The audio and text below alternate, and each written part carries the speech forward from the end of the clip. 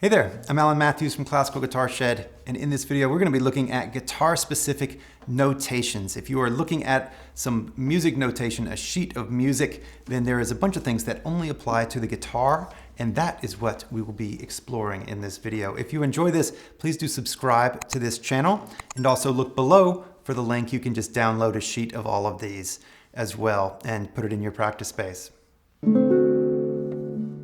So first off, if you see a number in a circle, then that means that is the string. The high string is the first string, the low sounding string is the sixth string, and if you put it in a circle, then that is the symbol for a string number. Number two, we have numbers on the staff next to the notes. These are left-hand numbers.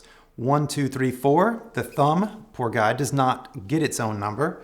We just have 1, 2, 3, 4, and if we see a number not in a circle, on the staff, then that's typically what it is. Next up, our third symbol are Roman numerals. And so this represents the fret position at which we are playing. So here we have a 7, that would be up at the 7th fret. This may mean a bar chord, it may not, but the Roman numerals mean fret position. Which brings us to number 4, a C before the Roman numeral.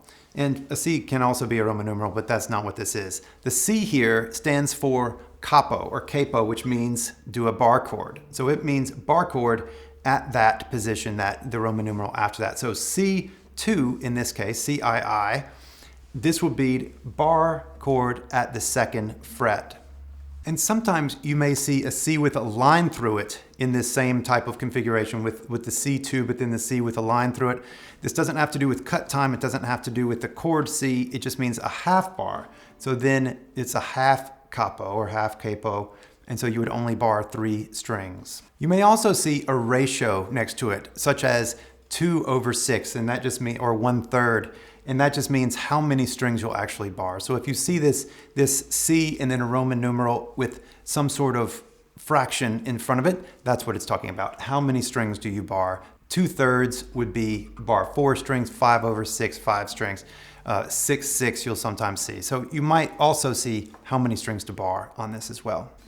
Number 6, we have right hand fingering. So this is P, I, M, and A. If you see these letters above notes, it's representing that you play these notes with the right hand. Thumb is P, pulgar, I is index finger, M is middle, and A is the ring finger, annular. So you also see C, sometimes the small finger is C, but we really don't use that hardly ever. But P, I, M, A, C are your finger numbers. Next up, number 7, we have slur markings. And this is where we have a slur mark, 2 notes connected by a slur marking, and this has a specific meaning on the guitar, and this means that you do a hammer-on or a pull-off. So you just play once the first time with the right hand, and then the left hand articulates the second note. So this is what a slur is on the guitar, or it could be play the first note and then hammer-on. So hammer-ons and pull-offs are these markings. Now, if it's to the same note, then that would be a tie, which is a normal universal music notation, meaning just to hold it through the value of the second beat. But this is, if you see that slur marking or that tie marking on 2 separate notes, that's what's going on.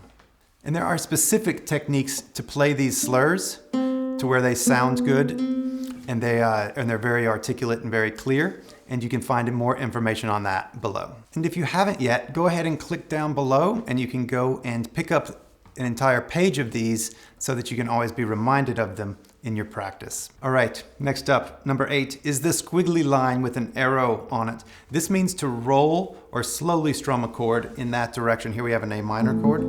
We could do it just with the thumb, or a roll using the fingers. But a squiggly line means typically a rolled chord. And what's important about this also is that if you see a piece with a squiggly line, then that means that they are telling you to roll this chord. That means don't roll any other ones, including just offset notes. So don't roll chords unless you see that the chord is meant to be rolled. And for more tips on rolled chord and making your rolled chords beautiful, you can also find links below to that. Which brings us to our number 9 and last guitar-specific notation for this video and this sheet, and that is the diamond note head. The diamond note head denotes a harmonic. And so this is where we play, we just touch the string above a particular fret, and then it can ring. It's just a particular technique, and that is the harmonic, and that is the diamond note head.